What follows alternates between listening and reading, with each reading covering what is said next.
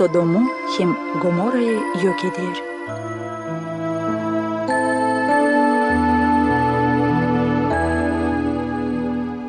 Dört kasaba Sodom, Gomorra, Adma hem Sevoim yok edildiydi gökten yalınla. Allah'ın öfkesini çıkarttıydı bu kasabalarda yaşayan insanların orospuluğu hem çok başka günahları. Açan Allah bildirdi Avram'a ki Sodom yok edilecek. Avram yalvardı ona acısın o kasabayı da Allah adadıydı ona hani kaybetmeyecek bu kasabayı eğer orada bulunursa bari 10 doğru kişi. Ama Sodom'da makar 10 doğru kişi de bulunmadı. Deteni oldu. Sodom'da yaşardı Lot. Doğru bir adam kendi karısından hem 2 kızından. Allah yolladı o kasabaya 2 angel adam teninde. Akşamdı. Misafirci Lot kabul etti onları kendi evinde bilmeyerek hani onlar angel. Onlar da yatmadılar uyuma açan Sodomlular, kasabanın her bir köşesinden bütün halk, büyüğü de küçüğü de sardılar Lot'un evine. Çağırıp Lot'u, onlar dediler ona, "Nerede o adamlar? An geldiler gecelemesinde. Çıkar onları bize."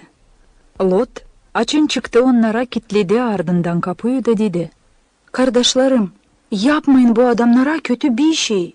Çünkü onlar geldiler benim evimin yurtüsünün altına."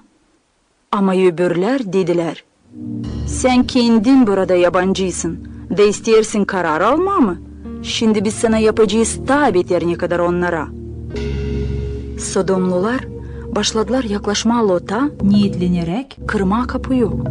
O zaman angeller aldılar Lot'u içeri de kilitlediler kapıyı.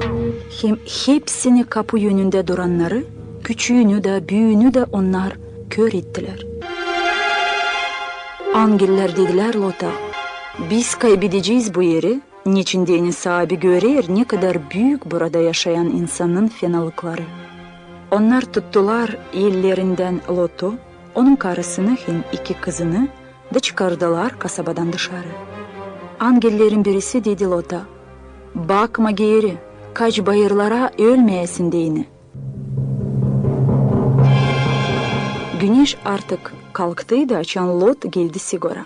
Bu vakit sahibi yolladı gökten Sodom'a hem Gomorra'ya bir ateşli yağmur, yok edip bu kasabaları hem kaybedip onlarda yaşayan insanları hem hepsini ne büyerdi yerde. Lot'un karısı ise baktı geri, da oldu bir tuz dire.